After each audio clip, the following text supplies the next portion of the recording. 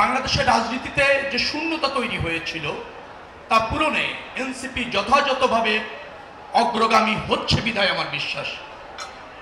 তাদের দেশপ্রেম আছে, গণতন্ত্রের প্রতি অঙ্গীকার আছে, তারা প্রতিবাদী, সোচ্চার এবং করণীয় জানে।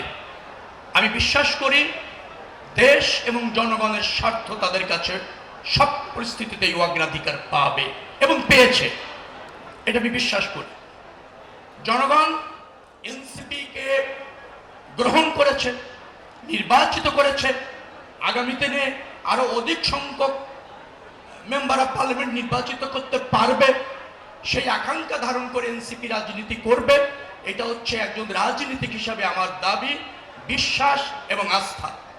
নিশ্চয়ই জনগণও এনসিপি গ্রহণ করে এই নতুন রাজনৈতিক দলটিকে আগামীতে আরো বেশি জনপ্রিয় করে তাদেরকে আরো বেশি সংসদে সংখ্যাগরিষ্ঠতা দিবে, এই প্রত্যাশা ব্যক্ত করে শেষ করছি।